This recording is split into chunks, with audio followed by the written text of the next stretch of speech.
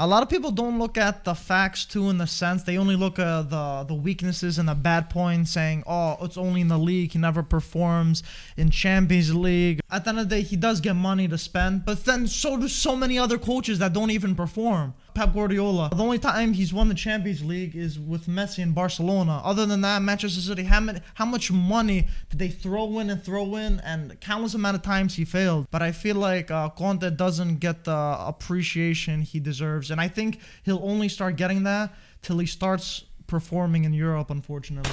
All right, everybody, welcome back to IFTV and the Serie A audio experience. I am here with our boys. We got Peter and Michael right across from us. No Antonio today.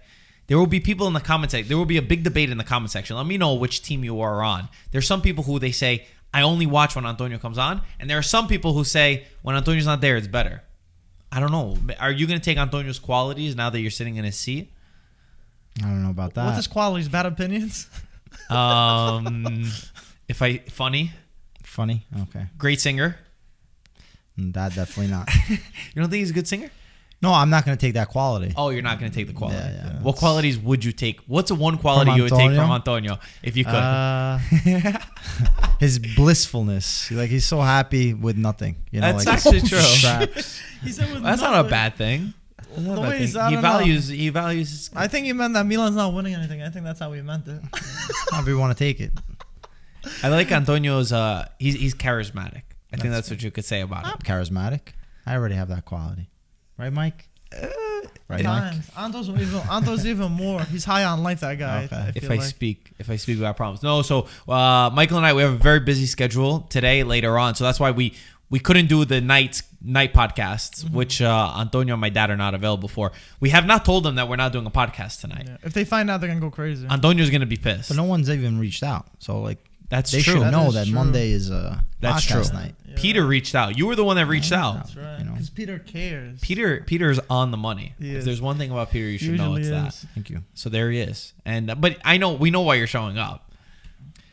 I needed the studio space to do a call. No. What happened? Oh, Inter's in first place? Because Inter, yeah. If Inter was now in first place, let's be honest. That's I don't know if standard. we'd see Peter as much. Inter's been winning now, so it's like a regular almost. Right? Listen. Like, it's not out of the blue. It's no news anymore. We're in first place. That's what I'm saying. You've been first place. So He's it's very not, careful with his words. Yeah, I swear, I was watching the Cagliari game in the morning, like early morning game, and I was just like, when Darmian scored, I was like, this Inter cannot drop points. Like, it is impossible for them to slip up. It's unbelievable. It really is unbelievable the way that Conte has turned this team around. But like, it feels like everything is just gonna go in. Do you feel, as an Inter fan, do you finally feel like optimistic where you're watching a match and you're like, you know what? No matter what happens in this game, I feel confident that we're going to actually win. Yeah, I think this team, even till a late dying time, and the team can play poorly, like, we can find a way to win.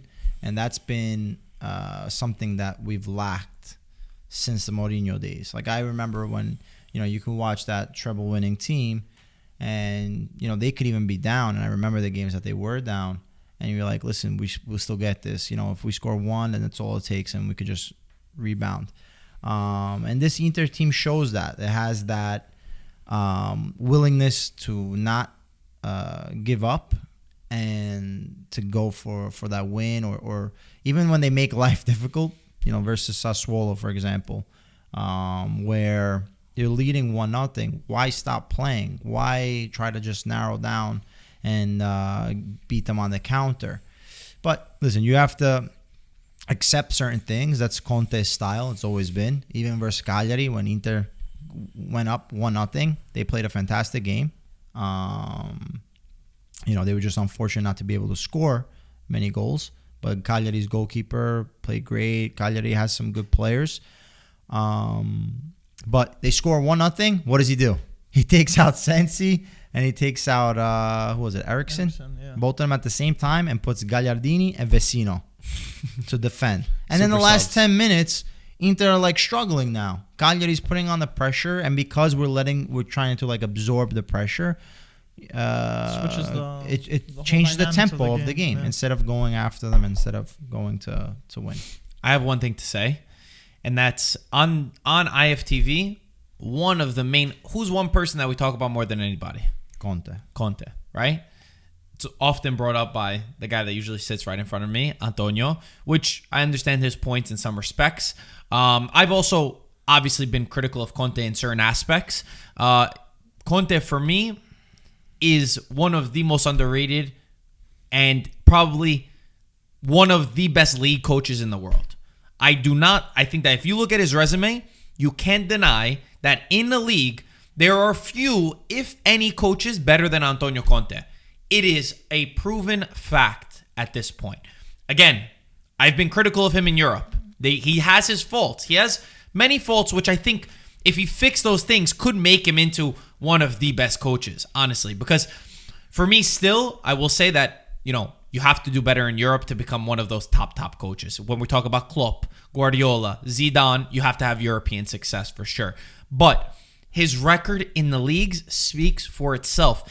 And he is I'll add one more aspect. I said underrated league coach, rebuilders. What coach can rebuild a broken team to make them win again? He went to Juventus, where they finished 7th place twice in a row. He turned that team that, I don't care what anybody says, was not supposed to go and win right away. That Milan was better on paper than the Juventus. But with heart, with grit, with all the qualities that Conte brings, he made Juventus into a winning team. Chelsea, same thing. A team that was mostly broken, that they didn't think right away they could start winning again. They were in 10th place. They were in 10th place before. Before the last season before. Yeah. They were in 10th place. He makes them win the league. With Italy in the Euros, it's no secret that we don't have a generation of Italians that have been very good or they've been competitive. We knocked Spain out of the Euros the year that Conte was there. We went toe-to-toe with Germany and only lost in the penalty kicks. He's gone to Inter now, a team that hasn't won in a decade. They have not won in a decade, and he took these players and he won. Yes, you can say that Juventus dipped down, Milan's not the same, yada, yada, yada. But you can't say that he's gone to 3 different clubs now and replicated it side by side, that he's not one of the best coaches. I said league coach because, again, I will be fair and say that in Europe, he has done a very poor job. And I do think his approach needs to be changed or tailored. You could say whatever you want about his football, that it's not exciting, that it's not going to be what leads them forward. And I might agree with you, but you can't deny the fact of what he's done with this Inter, again, is absolutely incredible. I think you said well. I do feel like he gets criticized a lot. A lot of people don't look at the facts too, in the sense they only look at the weaknesses and the bad points, saying, oh, it's only in the league. He never performs in Champions League, or he doesn't perform in Europe or whatever. But, yes, at the end of the day, he does get money to spend. But then so do so many other coaches that don't even perform. You know what I'm saying? You could say even Pep Guardiola. The only time he's won the Champions League is with Messi in Barcelona. Other than that, Manchester City, how much money did they throw in, and countless amount of times he failed. And so many people put Pep on a so much higher pedestal. I do still think, obviously, Pep's a better coach than Conte, but I feel like Conte doesn't get the appreciation he deserves. And I think he'll only start getting that till he starts performing in Europe, unfortunately. It also comes down to the style, right? Where you have a Guardiola who plays attack-minded football, tiki-taka, there's an enjoyment, let's say, of watching a Guardiola's team, right? Whereas Conte is that evil twin or that dark-sided mastermind, right? The crazy guy that just wants to defend and then just cares about winning and nothing else. And I think that also influences why people might choose or think that Guardiola is better than a Conte. Then it comes down to this pedigree, right? Guardiola has won where he's gone. He's won leagues, and he's also won in Europe, right? Or at least passed the group stage in Europe. Whereas Conte has struggled in Europe, and to be fair, but his only team, like this year, this Inter team, should have gone through the group stage. But in the past with that Juventus team, even we should have done better. Maybe should have done better, but it wasn't like they had this fantastic team that you say, okay, you should be winning Champions League. I don't know. I know Allegri went after. We were in the Europa League, and I don't remember who we went out to, but the final was in our home, Benfica, and we had a much better team than the others in Europa League. But you see Europa League, but with Europa League, like a lot of these Italian teams, for some reason, they don't care They about don't- it. they Fair don't enough, care about but we that. also went out of the Champions League in a poor. I think it's context too, because like Galatasaray Yeah. or like I think it was Shakhtar too. If I don't remember exactly who it was, Galatasaray, but yes. I remember it was more so the situation of how they went out that the approach was poor. No. You know, because again, I've always said you go to Real Madrid, you go out to Bayern Munich. It's understandable a little bit, you know. Then you have to compare the teams, but when you get to the point where your team should be, you know, better than them, you have to look at the approach. But I understand what you mean. Yeah, but I also, going back to the question, I don't think Conte is underrated. I think he's making a good amount of money, and he's been recognized as being a top coach. You know, whether it be with Juventus, Chelsea, now Inter. You know, he's won where he's coached. What does get him is his defensive approach, and that's where when you get into Champions League, you need to change a little bit. You're not going to be able to win games if you just sit back, because the other teams don't have that same fear, let's say, of saying, okay, we can go up, but we might let one in. You know, let's rather stay back. How come it worked in Premier League though? Because Premier League's obviously like we're seeing all the Premier League teams who do well in Champions League. See, like I feel like my mind would be slightly slanted if I didn't already know that he won in Chelsea. Because he's done it in the Premier League, which is a very fast pace, usually the teams that attack. He's done it there, so how come he can't do that in Champions League? Well, his approach might be defensive, but the game still has to be played. Like, look at this Inter team. This Inter team scores the most goals in the league. And when they play, they play. You know, they're playing from the back. It's not like an old-fashioned football game. This is, you know, the guys that are moving the ball in the back. When you have Bastoni, De Vrij, Skriniar, there's not many. There's, I think, very few defenders that can hit the ball and move the ball the way that Inter's backline does. And even with the Real Madrid games in the Champions League, there were times where they put pressure on some of these teams. Even last year, going to when Inter versus Barcelona, like that first half, Inter could have easily scored the 2 goals, and like they would have had an advantage on Barcelona.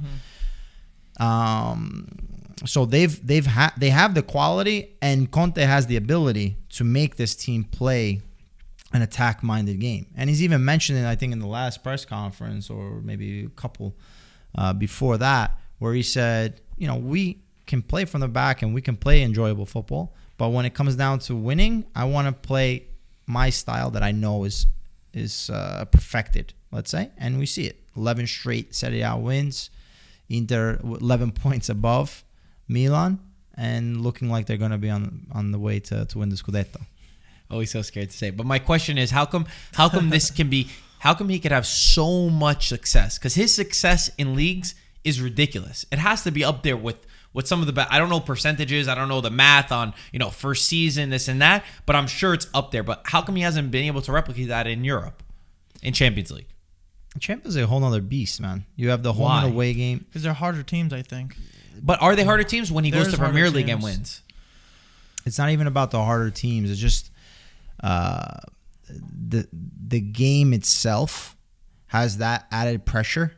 And I think the teams that you verse, as far as the harder team, you have better quality players that if you don't score, they're going to score. But you could also say Italy at the Euros is almost like a very similar competition where it's a knockout. Because my thoughts started to go to, oh, maybe he's good in a league where, you know, over a long period of time you'll win. And then when you have to do the one-on-one, maybe he struggles a little bit in the tournament, because Champions League is like a tournament type style. But also in the Euros, Italy, to me, I don't care what anybody says, was super impressive considering the quality that they had, beating Spain and going toe-to-toe with Germany. So it's not tournaments. Well, I think as long as he gets out of the group stage, Inter would have been a team to reckon with. Like, nobody would have wanted to play versus them. So even we saw in Europe, in the Europa League, I mean, he made it all the way to the final. So it's just a matter of, I guess, there's this mental block, or even the team not playing. Conte can only do so much. We saw it even this year, like Borussia Mönchengladbach game. Like, we just had to score. They had that chance, and we couldn't score. Conte could do whatever he wants, but you know, you have to be able to put the ball in the back of the net. Question for both of you: Who is a better league coach than Antonio Conte? All right, guys. Today we have our new and one of our first sponsors right now from MANSCAPED. They are supporting IFTV's podcast. It is brought to you by MANSCAPED, who is the best in men's below-the-waist grooming hygiene. MANSCAPED is taking over the world and is now available in Europe, Canada, Australia, and New Zealand. Manscaped is trusted by over 2 million men worldwide. Join the movement for all your below-the-waist grooming needs. Europe and Australia is about to get a lot less hairy. We know we've got all of you Europeans and Australians out there. Happy Australia Day, by the way. Great day for this. That's right, folks. If you live in Europe, you can now purchase Manscaped products. If you live there, you've gone years without using the right tools for the job. Michael was just telling me before. Mike, what's your story? Dude, my last trimmer I had, first of all, it nicked like crazy. This That's one, no good. I even rushed. I wanted to make a mistake, and no nicks. No, I almost got mad that I didn't get nicks. I was going quick with it, and yo, it's waterproof. You could do it in the shower. The flashlight is sick, and the battery lasts so long. So it's night and day so much Michael, better than my that last is one. why Manscaped has redesigned the electric trimmer. The Manscaped and engineering team spent 18 months perfecting the greatest ball hair trimmer ever created and just now released the new and improved Lawnmower 3.0, which is what we have right next to us. Like you said, Michael, featuring cutting-edge ceramic blade to reduce grooming accidents thanks to advanced skin-safe technology pioneered by Manscaped. What I'll tell you is this is premium. Mike, how premium does that Dude, feel? This is really, really high. You think it's 3 times the amount of the cost, but it's so much cheaper. And plus the referral code that we have for you guys, even cheaper, right? 20% off if you use IFTV right now. Guys, that is IFTV. Use that code. You will get 20% off this entire package, even the ball toner, everything that is available over here. We even had people send us videos. We had somebody send us a picture that they ordered with our code. We've had tons of people through our Instagram. So guys, get 20% off and free shipping with the code IFTV at manscaped.com. That is 20% off and free shipping at manscaped.com. Use code IFTV. Your balls will thank you. Guys, go do that. Let's get back to the show. Peter, Michael, whichever one has an answer first. League coach. Better league coach. If you're going into a league, just a league, and you have somebody that you could put at your disposal, who would you choose over Antonio Conte? Is there anyone? No one comes to mind for domestic league coach and Conte. Is to it be fair honest. to call him one of, if not the best league coach? I don't think there's anything wrong with that. Yeah, he's up there. I don't. You can say Guardiola. You can say. Could you even say Mourinho now, or I don't think you could say that. Nah, Mourinho's kind of fallen off. Yeah. Um, Ancelotti. Guardiola. Ancelotti is, I would Before say, more of a Everton. Champions League coach, like a tournament coach. If you could take Conte in the league and Ancelotti in the Champions League. You're winning it all, It'd right? be nice the trebles balance. back to back. Listen, I like Zidane. So, if I just to make an argument, I think Zidane is that coach. I don't think it's enough to prove Zidane. He's great in the big games, man. His team, for some reason, they respond to him. And there's La Liga right now. There's a 3-headed, horse race. Yeah, they're like 2 points, I think, separate the top 3 or Yeah. something like that. Follow Culture on Instagram. Yeah, follow Culture on Instagram because it's interesting. What else we got, Mike? If we want to move on to a different game, moving on from here, we talked a lot about. I'll promote Inter. the April 16th, our new merch drop, just so everybody knows. We'll pop those shirts on the screen. Get ready Friday, 12 p.m. Eastern time. Our first of 2021, actually. So make sure you head on over to ItalianFootballTV.com. Sign up for our email list for exclusive news and updates. And it was also nice. We didn't have any screaming yet. It's kind of weird. This is strange. It's a very civil conversation. Something I'm not used to, Yeah, I know. Usually we're like about to throw a fist. Like I feel like we have a line. There's usually a line, right? And we get very close to the line where like soon a fist could be thrown, a hand might be slapped. We get close to that. Right now we're very. You gotta give like the little cheek. When you grab Pinch the your guy's cheek. Yeah. I don't like that. Exactly. I don't like that. That's what you bothers do. me. Like you do it in a sly way where you get a guy like that. You're like, I love you. Yeah, I love you. And you. Like, It's like what I do to Michael when I beat him in foosball. I go, it's okay. and you just give him a Ooh, pat. yeah, that's that rough. hurts. That's a rough. little. I hate that the most. That bothers you. I don't recall. I don't recall. Don't worry. Oh, you want to go play right now? So since we're talking about Antonio, I guess it's only fair that we talk about Milan against Parma. They won 3-1, but I feel like it was a little bit of a strange one too. They're up 2-1, 2-0, then went 2-1. But then Zlatan actually got a red card too. There's a lot of question marks on this, on what happened and stuff. A lot of people said if he was talking back to the referee or something like that. But seems like Milan did get the job done. They left it late, and then they got a counterattack at the end, and Leao scored the goal, still cementing themselves in second place, just a point above Juventus. And I don't think there's too much to say about this, but I wanted to add, Pete, do you think they can maintain that second place, or you think it's only a matter of time till Juve kind of overtake them in that spot? Because it's only 1 point. I think Atalanta has a better chance of overtaking them. I think to second place? Yeah, I think the way Atalanta plays, they're in this to the end. Now it's interesting to see the direct games. That's now you look at these last 9 games that we have. Yeah. We're gonna see who we have play them to on verse. Sunday. Yeah, Juve versus Atalanta on Sunday. Juve Atalanta, and then also I think Milan Juve is, if I'm not. Yeah, it's soon. It's within these last games. So there's a lot of head-to-head games that if Milan cements themselves and beats versus Juve, beats Juve game, they'll maintain that position. But the biggest thing is they're staying in that fourth spot, because you have also Napoli that are right on only 3 points away from the top tails. 4. Yeah, so and Napoli versus Inter, I think this upcoming weekend. Check what it is, but Milan's away form has been like ridiculous. I think it's out of 15 games they've won 13.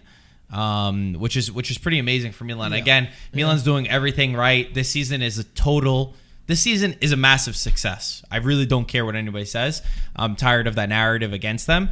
Second place, anybody would have signed for this in the beginning of the season. They would have signed with both hands. They would have said, okay, no matter where you are. Second place, still pushing forward. We'll see if they are able to keep going with that. I'm a little concerned with Zlatan. I don't know how he's gotten a few red cards now, and moments where he could have screwed his team over, because Parma were building. You could say they were building, into the match a little bit.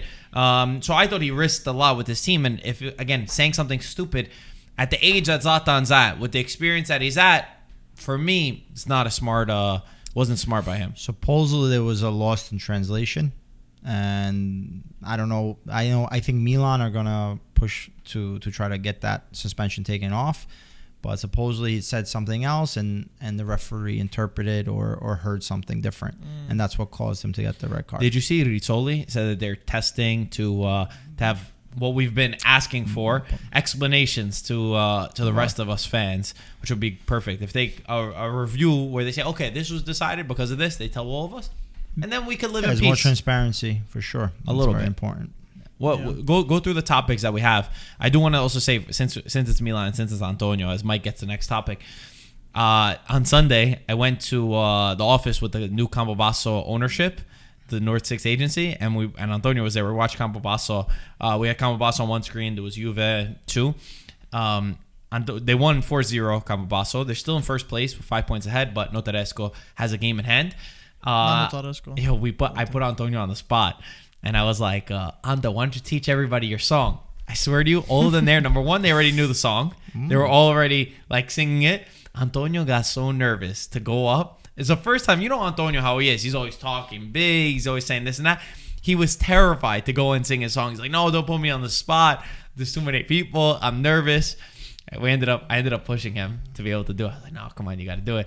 And even the little kids, they knew the song by heart. So we ended up putting Antonio. Doesn't sound like Antonio. I know. Doesn't sound like Antonio. He was also bragging. He says everybody who has the name Antonio is a performer, because it was Di Domenico Antonio from Campobasso and a few others. So he was saying this during the game. And then the second the game ended and I put him on the spot to go sing, he's like, oh, no, I can't do it. He's probably not a real Antonio. He's a fake Antonio. I think he has a different name. He just uses the name Antonio. Probably. But yeah, let's move on to the next topic. Also, a little historic info too. Fiorentina versus Atalanta, first time ever, was televised on ABC, American television, which is great. It was also a pretty great game too. There was 5 goals. Atalanta ended up winning, but Fiorentina were down 2-0. They scored 2-2. Then Atalanta got the third one. When speaking of Atalanta, Fiorentina scoring, Vlahovic is the one that got 2 goals over there. And we have a nice little stat for him. He's actually the first player born after 2000, the year 2000, to reach 20 Serie A goals. There's been a lot of talk about him also. We feel like Vlahovic has some kind of ego, because he did say, I could get to Haaland's level. And he's only 21 years old, which is pretty good. There's a lot of teams also interested in him. I think Milan being one of the teams that are keeping eyes on him. But he already has more goals, more than double than last season already in less games. So he's definitely transforming into a pretty good player right now. He became the 4th player born in 2000 or later to score 20 career goals in the top 5 leagues, other than Sancho, Haaland, and Keane. That's ridiculous. Yeah. That's actually a lot of people we owe a big apology to my dad for making fun of him for Vlahovic. He called us bring one. That up. Bring he that called up us again. one. Yeah, my dad said when he saw Fiorentina train when Vlahovic's first year, he said this guy's gonna be amazing. He doesn't miss a shot. Then he wasn't that good, so we kind of like busted his chops. But now he's been really good. And listen, to be fair, Serie A defensively is very hard to break down. So this kid, obviously the first year they had last year, new ownership, a lot of new things. Probably not messed with him, but there was the growing pains. And even early on in the season, if you remember, he wasn't catching on right away. There was talks in January that Fiorentina needed another striker, and then since January, I think he's been put in the right mind frame where he's scoring almost every week. And then even coming back, playing versus Atalanta and getting those 2 goals. Doesn't matter how you score them as a number 9. The important thing is putting it in the back of the net. And he's got the qualities. We're talking about Antonio's qualities. This guy's got qualities for a number 9. He is quick, he's strong, he's big, he can hold up the ball, and he's got a nice shot. So I really interested to see what happens next year when he's going to be able to be cemented into a project. And hopefully Fiorentina is going to have a better season than what we've seen this year with a real coach and a real project. You think he's going to stay? If I'm Fiorentina, if I'm Vlahovic, obviously you're always going to look for the next destination if it's a better project and a chance to play in Champions League or whatnot. If I'm Fiorentina, I'm keeping him next year because that's going to be the year that he explodes. And he's still that young age, and if your project is to make it into Europe eventually within the next 2 to 3 years, this is a guy you want. I agree with you, obviously, on the Fiorentina side. For some reason, I don't know where there's a little voice inside of me that just keeps saying Milan. It's like Milan. That's Antonio. It could be. Marco, I think you just want Anto on the podcast. No, absolutely not. I'm saying for Vlahovic. Anytime absolutely not. For some reason, I just got this image of Vlahovic in a Milan jersey, wearing the number 9, breaking the curse and playing for. I still feel like Milan still need that. Still want a striker, and I think that this guy could be the perfect guy. But again, I have like post-traumatic stress. Is that the word? Yeah. Like what I'm talking about? Where I've seen Belotti do like so good. Milan were about to spend like crazy money on him. Didn't he? Failed. Piontek, same thing. So for some reason, these number 9s in Serie A scare me. Yeah, but the thing is, Belotti is not a Vlahovic. Belotti was always that hardworking guy. This guy Vlahovic can beat you, on a 1v1 in a dribble. He can, you see his shots he's got a more educated technique than, let's say, a Belotti. More educated technique. Yeah, well, that's what they say in Italian. Italian. That's a very nice way of saying it. Foot, but to the Milan point, if you think about it, the next year, Milan look like they're going to keep Ibrahimovic. They already agreed, right? So Vlahovic might not be too thrilled to make his way over to Milan and not play. Or risk sitting on the bench where he can maybe stay 1 more year in Fiorentina and then the following year make a decision. Both for Fiorentina saying to sell him for a lot more, or him having the chance to to show more of himself. If Milan get in Champions League, it's going to be a big year for them. It's going to be big. It's going to be the first time in a long time that Milan actually get to the Champions League. And I feel like that's really the cusp. Like even Inter, once they got to qualifying for the Champions League, it's the time that you could actually start building a rebuild progress. Yeah. Because like until you get that, like you're still getting the Europa League revenues. It's not the same. It's not the same caliber also for the players that you will attract. So I think that's a kick front where they could actually push forward and do something important. The one thing, now that we're saying, since we're talking about Milan, is Donnarumma, who he's got these contract problems. Again, there's the reports that Mino Raiola wants a lot more money than Milan are offering. Milan want to put a deadline on when they're going to get a yes or no from Gigio, because he's going to an expiring contract where then he would be a free agent, which would be a total disaster for a kid as good and as young. And we see him as a future captain for AC Milan. He's one of the bandieras that you would say of the team. But this problem, even Costa Curta said he criticized him a little bit, saying not to keep kissing the badge. He said, why do you keep kissing the badge? He goes, put more action into it instead of kissing the badge, because you kiss the badge now in front of everybody, but then behind the scenes you do these contract issues. And I know even the Inter players, like there's a few of them, I think Brozovic, Skriniar, I don't know who else, they didn't even negotiate their renewals with their agent.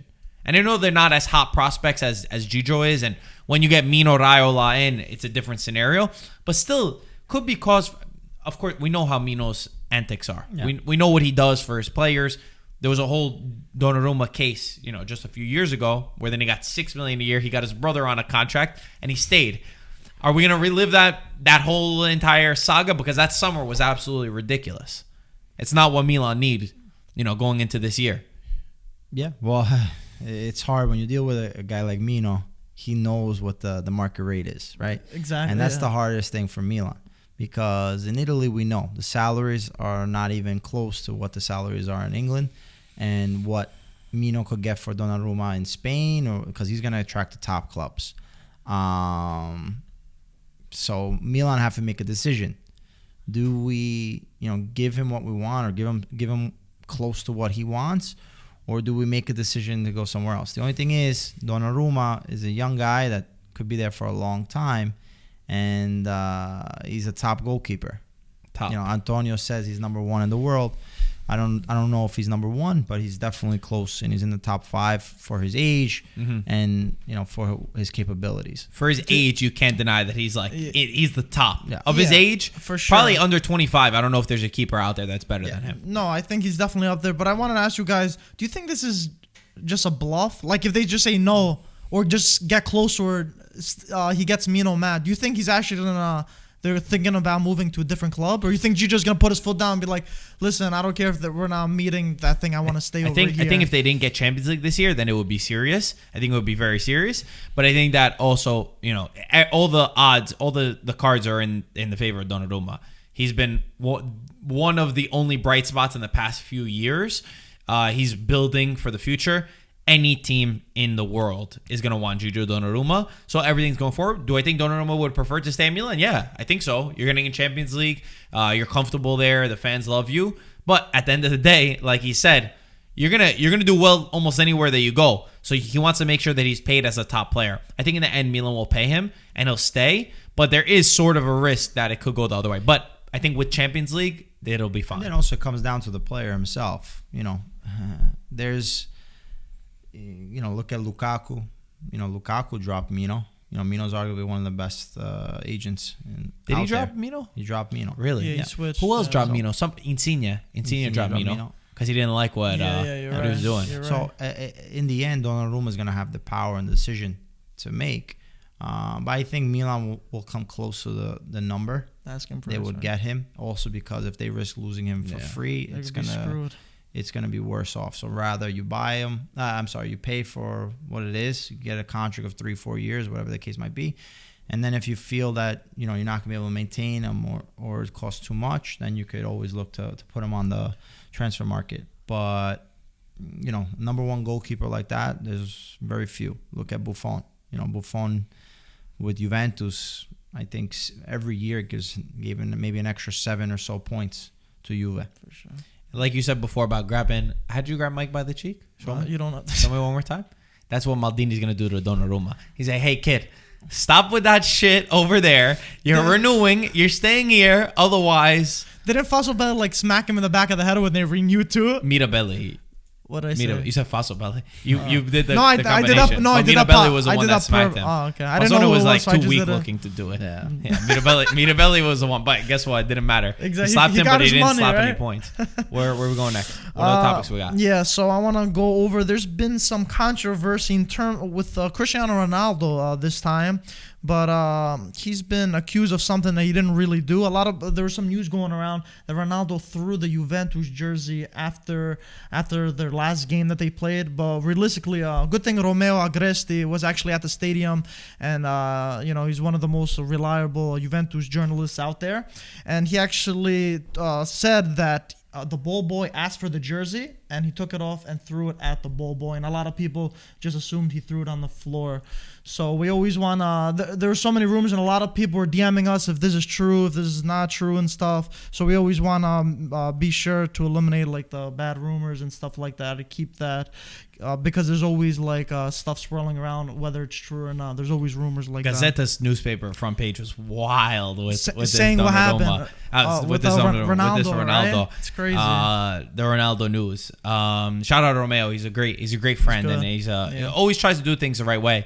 But yeah, there was always a whole story, and I think you always get that every once in a while. You get some of these reports. I remember it happened with Manolas, with Messi, right? That's right. It's happened a few times in the past where sometimes an angle cuts out, and you think you saw something on TV, and all it takes is a couple of people on Twitter to start writing this, and then guess what? Everybody's a sheep that they just keep reading that, and I don't blame anybody. I understand where that comes from. But yeah, it happened after the 3-1 win for Juve. But like Mike said, we want to try to do this a lot more at IFTV. Obviously, put our hands up in the air. We've been on the wrong end of this at times, where we've said a story that didn't have full context or full perspective when you get excited about posting something. But I think that's one of the main focuses of us right now, is we want to be more so look into and show full context of the story. Just like we did the other day with Dybala. There was a Dybala story where the entire story, it had 5 different sources saying different things. So rather than just putting one that sounds the most exciting, that's the most clickbait, show the entire perspective of what it is, and then let everybody, we always say, take everything with a grain of salt. Anytime I see something crazy that's said, I immediately think it's fake until I prove that it's not. Because it's better to take, a story like that it's fake, and then prove that it's true, than the reverse. And same thing with Lukaku, where there was a Lukaku story in Corriere that was saying, they want to sell him, which a lot of it's clickbait to get you to click into it. But then when you read the article or you read the full context, then guess what it says? It says, oh yeah, but Inter's not going to sell him. So you just clicked into it. And we have to be more careful too in making sure that we always show the full perspective in that. So it's one thing that we're going to try to improve on. But that was a story that went around, of course, that attracts headlines. It's all about the controversy. It's all about what, like you said, what sells. Unfortunately, that's their bottom line, is they have to sell newspapers, and they have to be the talking point.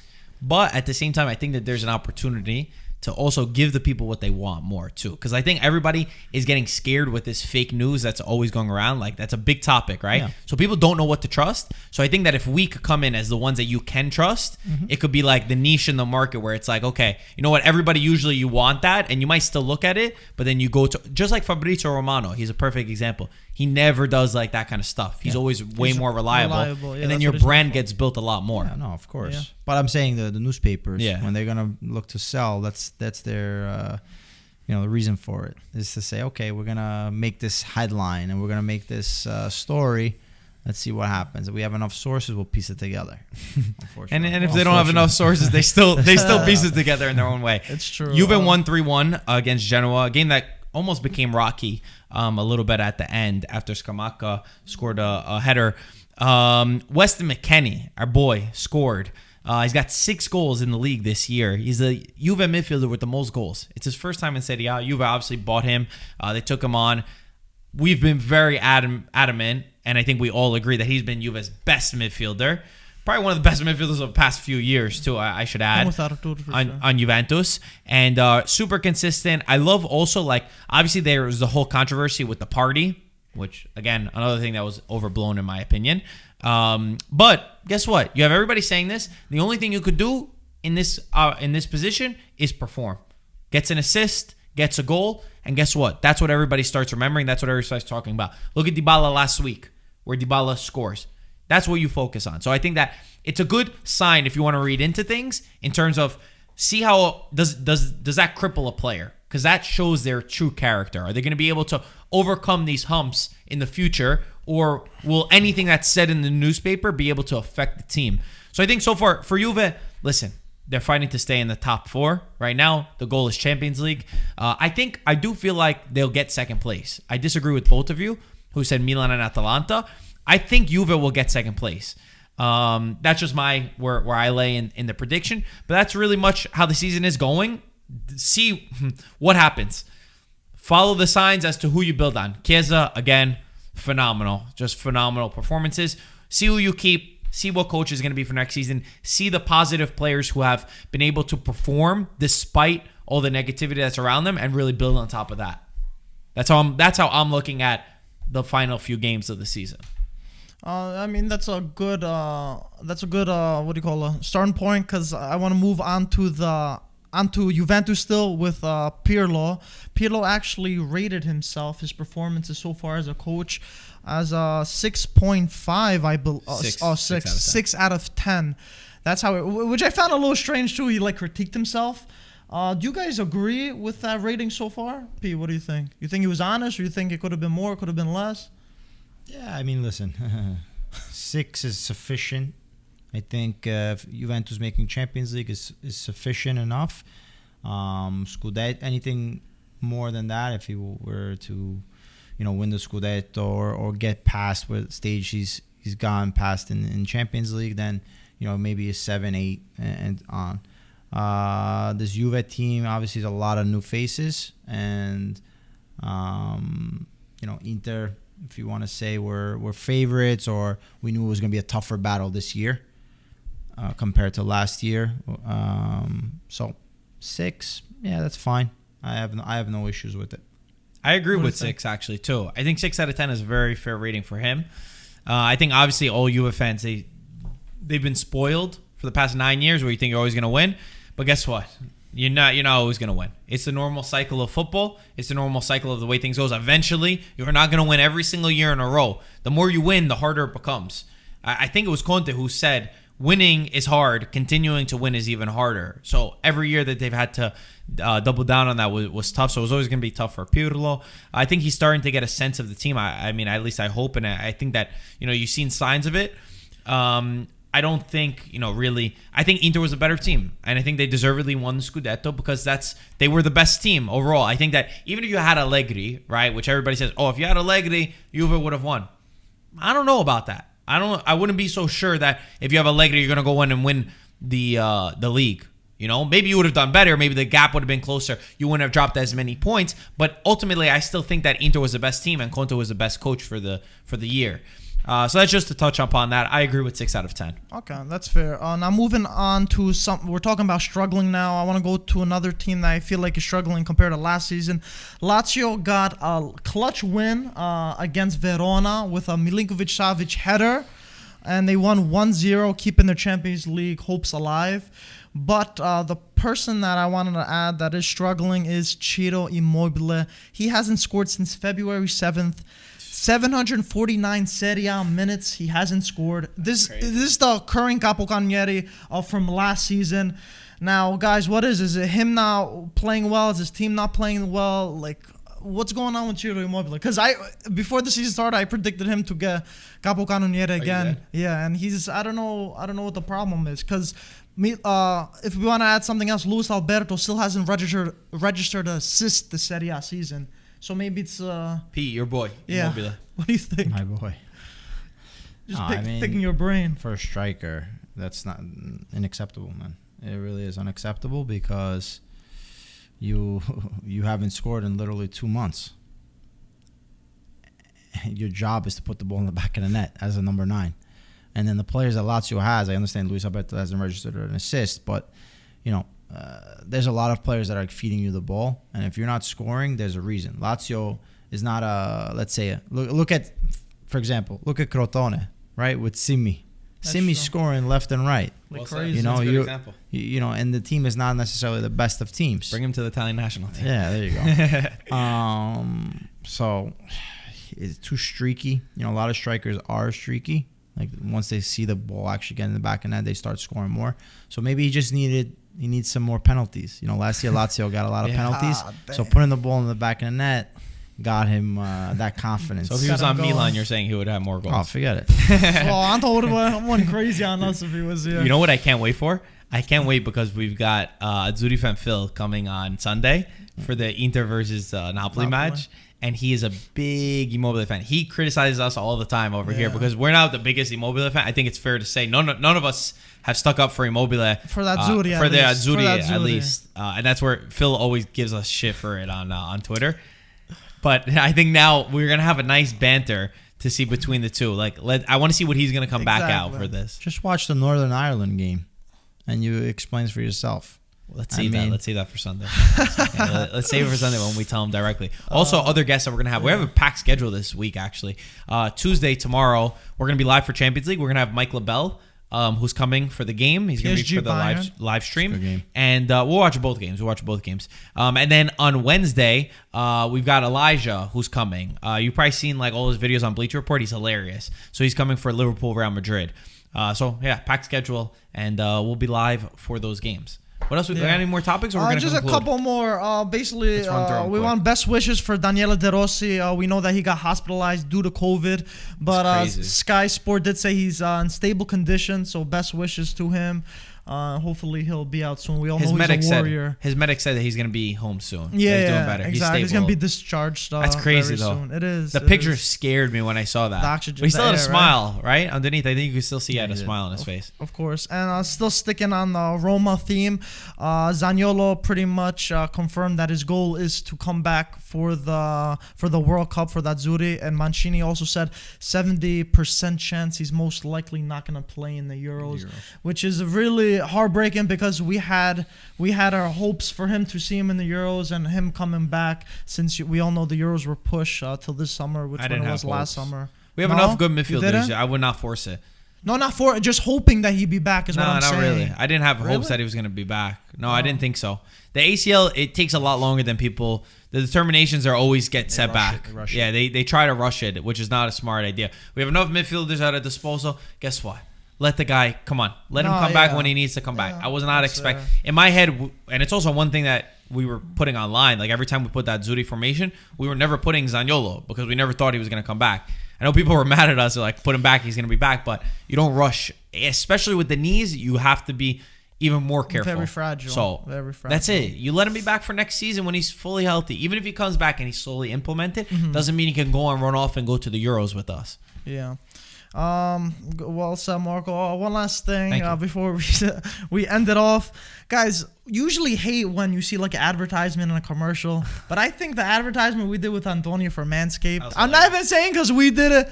Dude, I think I watched that like 50 times. Me too. Because I think it was hilarious. And we had to cut it short. We think we're going to pull multiple parts. We'll include it right now so you guys know what we're talking about if you didn't see it already. Antonio, would you say you have balls? What the hell are you to ask me if I have balls? Of course I've got balls. You might not have balls yourself. We're going to show you a bunch of different players and you tell us if they have balls or not. Sound good? Let me see. Oh, Nesta. Nesta's got big fucking pair of balls. I'm telling you. This guy can actually use a Manscaped. Oh, Balotelli. Balotelli's got balls. A nice freaking pair of balls. Oh, this guy, Chiaresette, he's got two little pelotas. Tiny little balls. Oh, Conte. Oh, my God. He's got no balls and no too. Next, Cassano. Huge balls. You're gonna need a couple hours to shave his balls. The best. Look, everything you can share. I mean, don't make me show it. If you guys have balls, you must use Manscaped. Don't forget, use the code IFTV 20%, 20% off, and free shipping too. Wow. I mean, I can. But yeah, how funny was that? I want to see the blooper reel. You want to see the blooper? You don't want to see the blooper. No, you don't want.